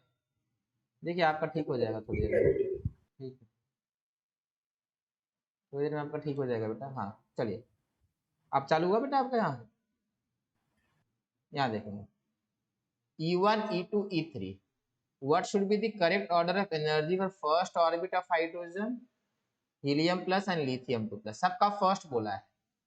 तो E1 of H, E1 of helium plus and E1 of lithium 2 plus, सबका बेटा फर्स्ट ऑर्बिट में निकालना है। तो देखो बेटा En क्या होता है बेटा, En होता है -13.6 इंटू जेड स्क्वायर, सबका क्या करना है बेटा, फर्स्ट ऑर्बिट का निकालना है, तो सबके लिए 1 स्क्वायर। तो यहाँ पर इसका हो जाएगा -13.6 इंटू 1 स्क्वायर, यहाँ हो जाएगा -13.6 इंटू 2 स्क्वायर, और यहाँ हो जाएगा -13.6 इंटू 3 स्क्वायर।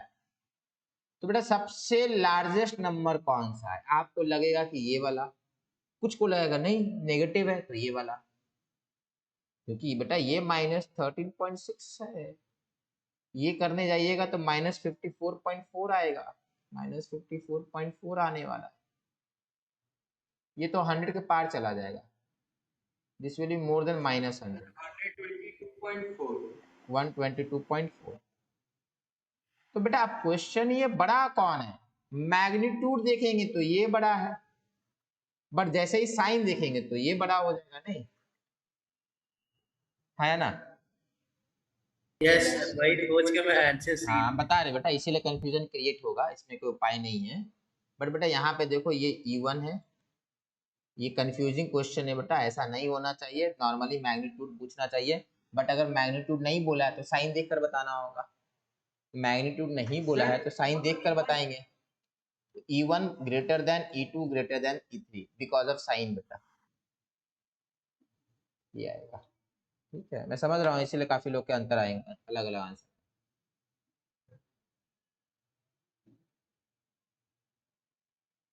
अच्छा बी और सी दोनों एक ही ऑप्शन, हाँ सही बोल, बी और सी दोनों एक ही ऑप्शन दे दिया ना, 1 2 3। ठीक है चलिए, तो इसमें ऑप्शन ही मल्टीपल दे दिया। चलिए बेटा बन गया, यस सर। चलिए आगे बढ़ते हैं। How much energy is release when N sir electron, पहला वाला का आंसर क्या था सर, मेरा नेट प्रॉब्लम हो रहा था। ये वाला आएगा बेटा, ड्यू टू माइनस साइन बेटा, this is largest number because of minus sign and this is smallest. ठीक है ओके सर। चलिए, ये simple question, how much energy is release when an electron jumps from fourth orbit to second orbit in hydrogen atom. ये नहीं करना है, बाद में कर लीजिएगा, हम दे देंगे। ये भी बेटा ये कर लीजिए, चलिए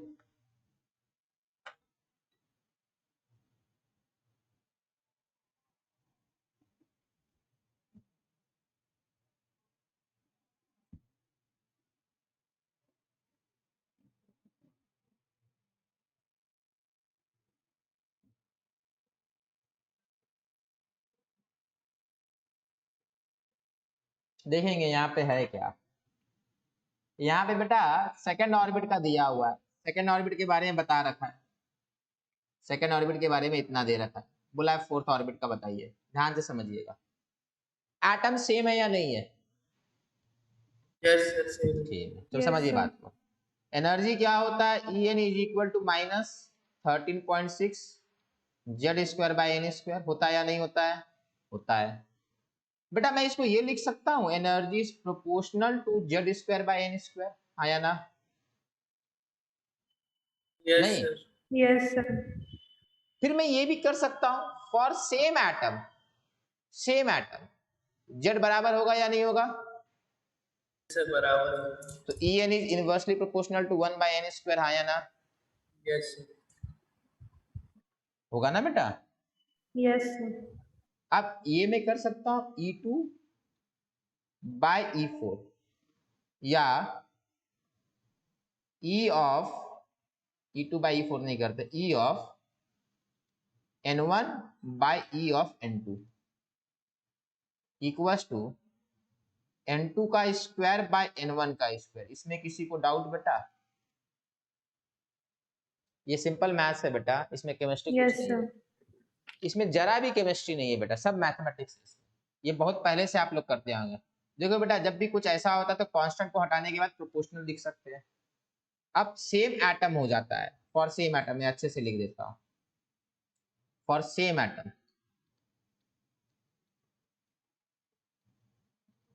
सेम एटम में क्या हो जाएगा, Z is equal, therefore En is proportional to 1/n²।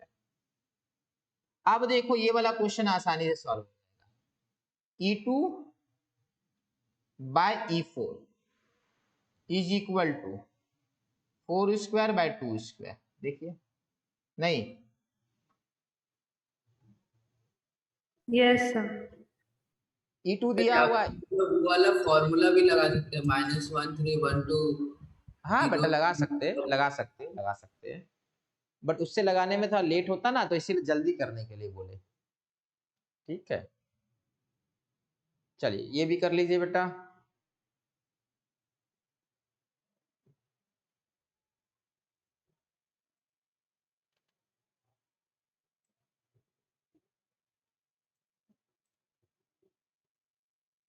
Sir B option होगा।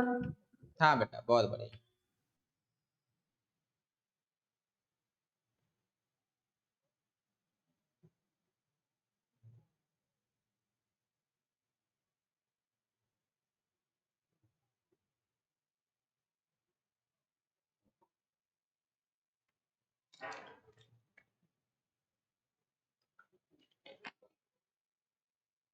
E2 का आपका बेटा वैल्यू पता है,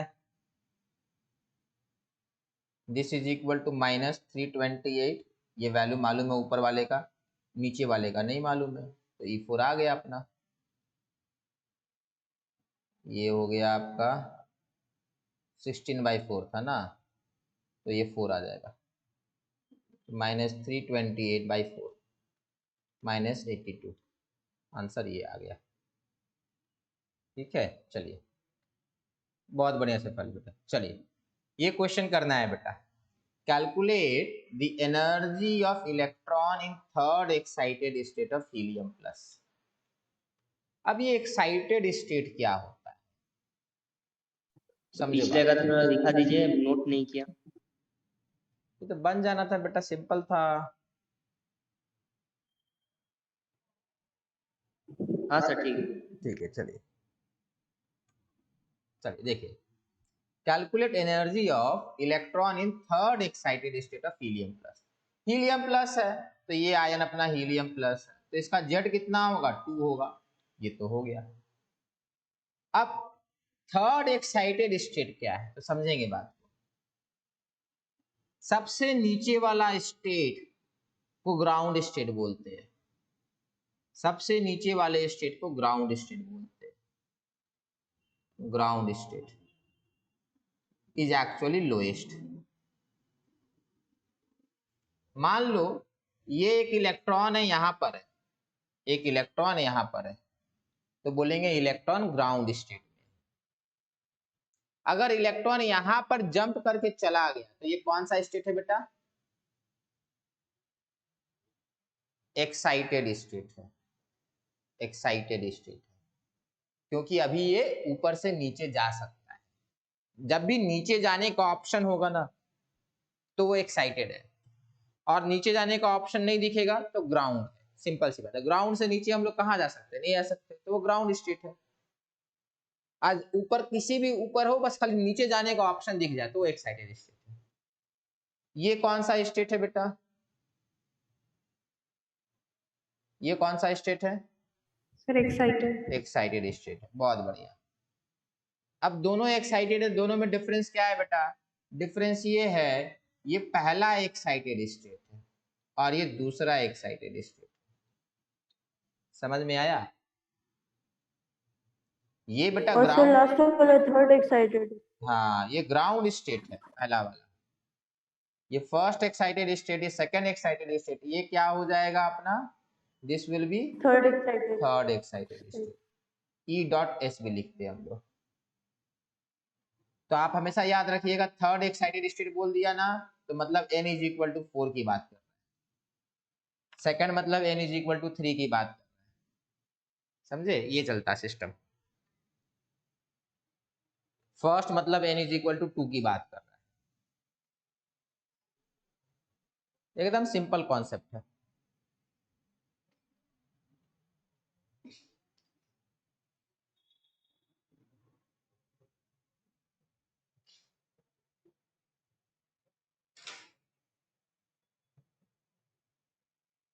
निकालेंगे इसका आंसर, सिंपल है, वैल्यू टाइप करेंगे बेटा कितना आया।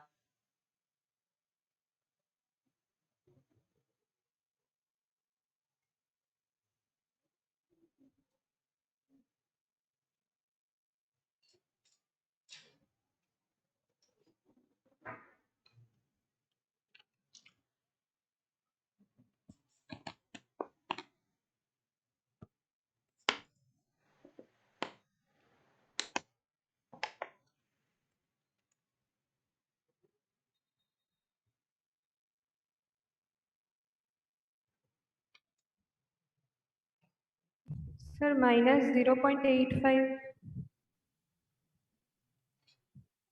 टाइप करते बेटा बेटर नहीं रहता?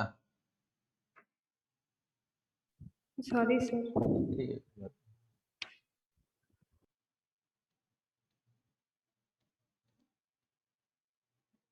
बेसिकली क्वेश्चन ये है, E4 फॉर हीलियम प्लस पूछा है। अंतर आ रहा आदित्य बेटा आपका आंसर, जीवन बेटा आपका आंसर, दोनों का आंसर मैच नहीं किया। ये सिंपल क्वेश्चन है, मैच क्यों नहीं कर रहा बेटा? जीवन बेटा अपना आंसर चेक करेंगे, आदित्य का और आयुष का आंसर मैच कर गया। आयुष बेटा साइन भूल गए थे आप, खैर ठीक है, 9 आपने भेजा। E4 for helium will -13.6। Z क्या यूज होगा? 2 स्क्वायर यूज होगा, 2 होगा। n स्क्वायर क्या है बेटा? 4 स्क्वायर। इतना सिंपल है बेटा। सही है शेफाली बेटा। कौशिकी बेटा आपका आंसर बाकी लोग से मैच नहीं कर रहा है। 13.6 -3.4 ही होगा। हाँ 4 और 4 ये चला गया। हाँ बेटा सर, वो मैं -3.4 आया। 5th ऑर्बिट ले लिया था, इसलिए मैच नहीं कर हाँ रहा। हाँ मुझे पता है बेटा, कैलकुलेशन में आप लोग गड़बड़ी कर रहे हैं। इसमें करना क्या है, सिंपल सा है। अरे कैलकुलेशन कम से कम सही कीजिए। आप लोग के भरोसे हैं बेटा, अगर बिल्डिंग और वो पेशेंट को दे दिया जाए तो पेशेंट तो ऐसे ही मर जाएगा और बिल्डिंग ऐसे ही गिर जाएगा। इंटरेस्टिंग बात होगी, आप लोग जो अपना कैलकुलेशन करके बिल्डिंग बनाएंगे, वो बिल्डिंग गिरने से आदमी को चोट लगेगा और फिर वो जब डॉक्टर के पास जाएगा तो आप जैसे अगर डॉक्टर मिल जाएंगे तो बेचारा जो लकी था, जो थोड़े बहुत बच गए थे, वो ऐसे ही मर जाएगा। कैलकुलेशन सही करिए बेटा। चलिए नेक्स्ट है बेटा, वेवलेंथ ऑफ एमिटेड और एब्जॉर्ब। क्या बोले बेटा?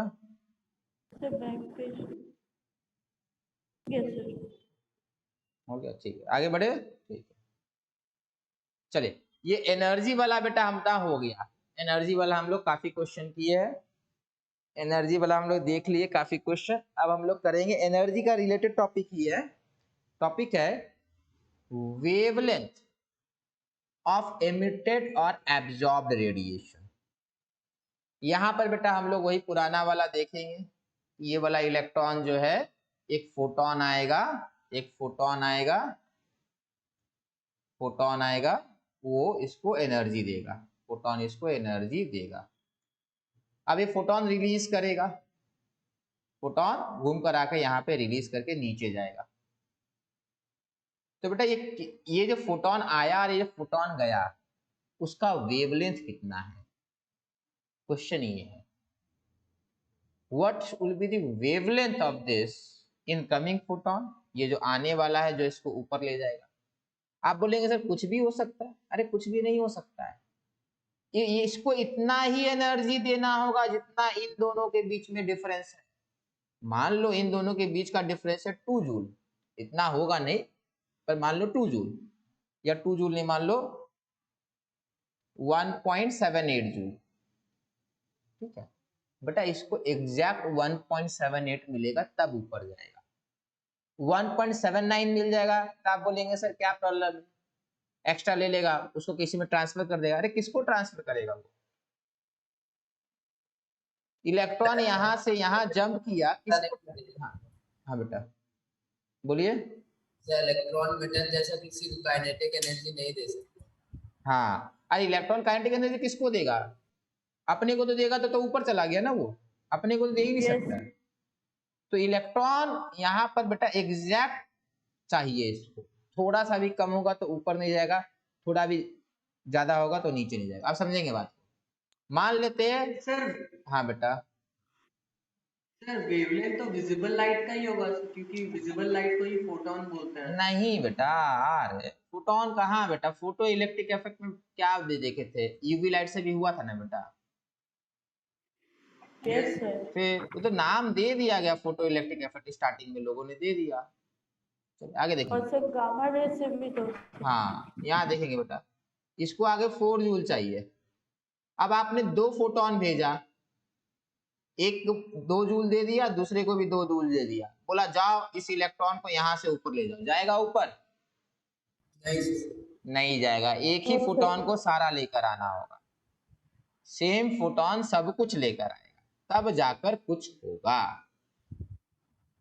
क्लियर है बेटा ये? Yes, sir. चलिए आप समझते बात को। अब टॉपिक लिखेंगे रिडबर्ग इक्वेशन, टॉपिक लिखेंगे रिडबर्ग इक्वेशन।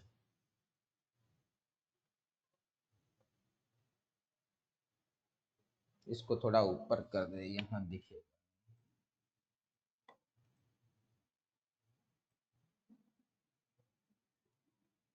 हाँ,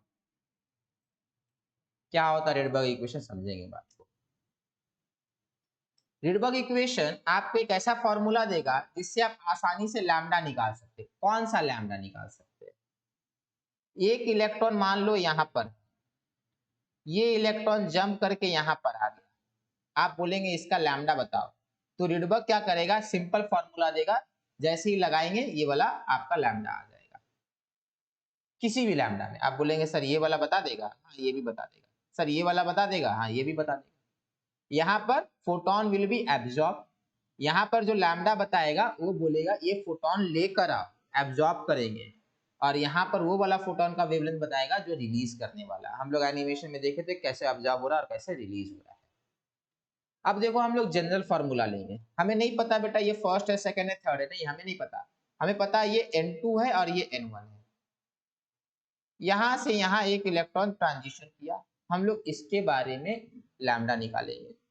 तो समझो बात को, हम लोग बोलेंगे बेटा एक फोटोन यहाँ एमिट हुआ है, एक फोटोन यहाँ एमिट हुआ है, एक फोटोन यहाँ एमिट हुआ है, तो एनर्जी ऑफ फोटोन कितना होगा बेटा? Energy of photon emitted, absorb में बिल्कुल उसका उल्टा कर देना, will be equal to energy difference, energy difference between 2 level या 2 ऑर्बिट, आया ना? पहले ही बता दिए बेटा हॉरिजॉन्टल है बट ये ऑर्बिट है, ठीक है, बनाने में आसान होता है। Now according to Planck's theory बेटा energy of photon is given by hc by lambda, and this energy difference will be what beta? E of n2 minus E of n1, हाँ या ना? हाँ सर। चलिए अब E of n2 क्या हो जाएगा बेटा? E of n2 क्या हो जाएगा बेटा? यहाँ पे जूल लेंगे, जूल क्यों लेंगे, क्लियर है बेटा? क्योंकि H किस में आने वाला है आपका? जूल में आता है ना, हाँ ठीक है। तो ये हो जाएगा माइनस बेटा, ध्यान से देखिएगा, En2 हो जाता है बेटा, चलिए En2 लिख लेंगे, En लिख लेंगे minus E0 Z square by N square, ध्यान से आगे देख लीजिए, where E0 is equal to 2.18 10 का पावर माइनस 18, गलत सही? सही है बेटा? Yes, हाँ है sir. ना? ठीक है, मैंने E0 लिख दिया, यहाँ पे E0 को बगल में यहाँ लिख दिया, चलेगा? क्यों लिख दिया? क्योंकि बचना है हम लोगों को ना नंबर लिखने से बड़ा, तो यहाँ आएगा minus E0 Z square bye क्या बेटा? N2 square. किसी को डाउट यहाँ पर बेटा? सर ऊपर में आप दोनों जगह Z लिख दीजिए। अच्छा अच्छा,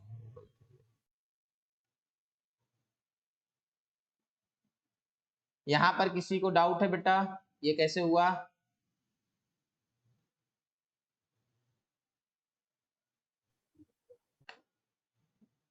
सर एक बार रिपीट कर दीजिए ना। चलो, ये वाला समझ में आया बेटा? यस सर, ये समझ गया। ये वाला इक्वल कैसे हुआ, ये क्लियर है? तो यस सर। ठीक है। Energy of photon is hc by lambda, ये तो प्लैंक्स ने हम लोग को बोल दिया था, ये यस प्लैंक सर। ने बोला था। And energy difference between orbit क्या होगा? En2 minus En1। En1। अब En2 क्या होता है? Minus E not Z square by N square हो सकता है ना, where E not is this, नहीं यस सर। हो सकता है ना बेटा? आप यहाँ पे -2.18 लिख सकते थे, बट हमको नहीं लिखने का मन था, तो मैंने ई नॉट को बगल में यहाँ लिख दिया। ठीक है, तो यहाँ पर बेटा हम लोग लिख सकते हैं, यहाँ पर हम लोग लिख सकते हैं hc by lambda is equal to En2 is बेटा minus E not Z square by n2 square. इसमें डाउट है तो पूछ लीजिए बेटा। नहीं, चलिए, minus of minus E naught, बेटा एटम एक ही रहेगा, यहाँ पर सर ये इलेक्ट्रॉन। ई नॉट समझ में नहीं आ रहा है। ई नॉट समझ में नहीं आ रहा है, चलिए ठीक है, कोई बात नहीं। यहाँ पे एक काम करते, ई नॉट नहीं लिखते।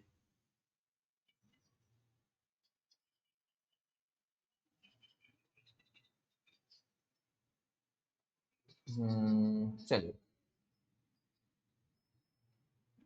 ये सही है बेटा, -2.18 इंटू 10 का power -18 Z square by N square joule per atom, आया ना? ये सही है? हाँ सर। अब बेटा मुझे करना क्या है, मुझे ये वाला फॉर्मूला यहाँ लिखना है, ये वाला फॉर्मूला यहाँ लिखना है। तो hc by lambda is equal to -2.18 10 का power -18 Z square by n2 square. अभी मैंने ये वाला यहाँ लिख दिया, फिर माइनस ब्रैकेट में आएगा -2.18 10 का पावर -18 जेड स्क्वायर बाय क्या बेटा? Sir N1 n1 square. Square. अब देखो जेड स्क्वायर कॉमन आ जाएगा, यस और ये 2.18 कॉमन आएगा, yes yes sir. implies that hc by lambda is equal to minus of की जगह +2.18 कॉमन लेते हैं इंटू जेड स्क्वायर। बेटा यहाँ पे ध्यान दीजिएगा आप लोग खुद से, बेटा कैसे कॉमन लिया है नहीं लिया है, ठीक है? 2.18 इंटू 10 का पावर -18 जेड स्क्वायर कॉमन आएगा, ये देखिए आपका आएगा 1/n1 square minus 1/n2 square. आया? Yes sir. चल, इतना बेटा कॉपी कीजिए अच्छे से, बगल में बना के लिखेंगे, ये सारा ऑर्बिट बनाएंगे, ये सारा ऑर्बिट बनाएंगे, n2 n1 लिखेंगे,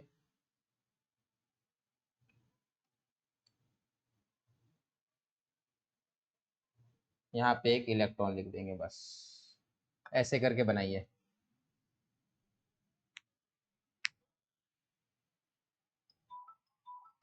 ई नॉट समझ में आया बेटा क्या था? हाँ यस सर। सर। देखे ना, 2.18 कितनी बार लिखना पड़ गया, इसीलिए उसको ई नॉट लिख के बच रहे थे हम लोग। चलिए कोई ना, आप समझ में आ गया होगा। हाँ सर। हेलो, हाँ बढ़िया। हाँ तरंग से बोले ना, तरंग से, हाँ हाँ हाँ जी, बोलिए बोलिए, नंबर चेंज किए लगता है। ओके ओके ओके, बोलिए सर बोलिए। डन।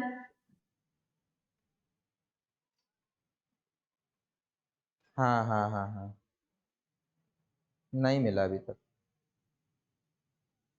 कहाँ पर है?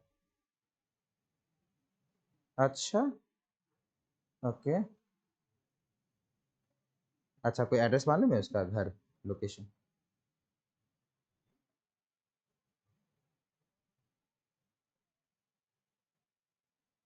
हाँ हाँ हाँ हाँ हाँ,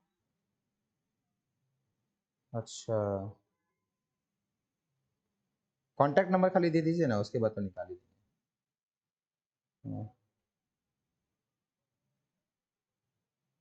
नहीं नहीं नहीं नहीं, बहुत सही किया उसका। हाँ, ठीक है, सुनिए ना, मैं क्लास से निकल के ना आपको कॉल करता हूँ, ठीक है? थोड़ा क्लास में बिता है, ठीक है? मैं कॉल करूँगा थोड़ा, ठीक है? बाकी नंबर भी लूँगा आपसे। Okay okay okay okay okay.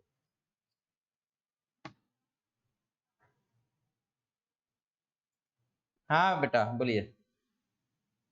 हो गया चलिए, हो गया। सर हो गया। तो लिखे लिखे यही फॉर्मूला है। नहीं नहीं बेटा, ये फार्मूला नहीं है, ये इतना हैपाजट कैसे रहेगा? आप समझिए बात को। ये बेटा आप ध्यान से समझिए, इसको थोड़ा सिंप्लीफाई करें, ठीक है? इसको थोड़ा सिंप्लीफाई करें। सर ये टॉपिक के बाद ही आज एंड कीजिएगा, क्योंकि और एक ट्यूशन है मेरा।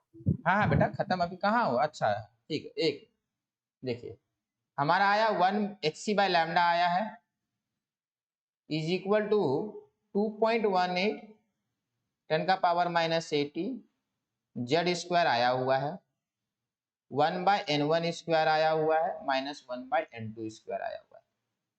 अब मैं करूंगा 1/λ is equal to 2.18 10⁻⁻18 Z square by h into C 1/n1 square -1/n2 square. अब ध्यान से समझिएगा ऐसा क्यों किए। बेटा एक चीज समझो, ये जो है अपना टर्म है, कौन सा टर्म बेटा? ये वाला अपना टर्म। हाँ, ये वाला अपना टर्म, ये वाला, हाँ, ये वाला अपना टर्म। ध्यान से समझो बेटा, z किस पे डिपेंड करेगा? एटम पे डिपेंड करेगा। n1 किस पे डिपेंड करेगा? लेवल पे डिपेंड करेगा। c का वैल्यू बेटा एटम के ऊपर डिपेंड नहीं करेगा, वो तो 3 × 10⁸ होता है। यस मतलब हर एटम के लिए c सेम आएगा, हर एटम के लिए h सेम रहेगा, मतलब Yes, this is actually a constant. Yes sir. Constant, इस कांस्टेंट का नाम हो जाएगा RH। तो we will say 1/λ is equal to RH Z square 1/n1 square -1/n2 square. खत्म किस्सा। RH का वैल्यू बेटा क्या होगा सब? RH is equal to 109,678 centimetre inverse. ये सिंपल सा फॉर्मूला है। This formula will be called Rydberg formula.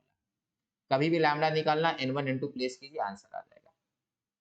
Sir वो कॉन्सेप्ट को सॉल्व करने के बाद है ना। हाँ बेटा, ये इसको मैं पूरा सॉल्व किया तो ये वाला वैल्यू आ गया। सॉल्व करके देखिएगा, यही आ जाएगा। h को प्लेस कीजिए, c को प्लेस कीजिए, यही आएगा।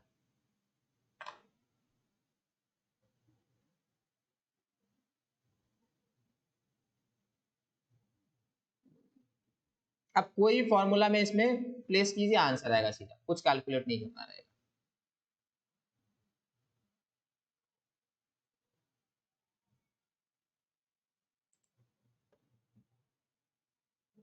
हो गया बेटा? Yes sir. ये कॉपी कीजिए इसको। नेक्स्ट क्लास में यहाँ से कंटिन्यू होगा। सर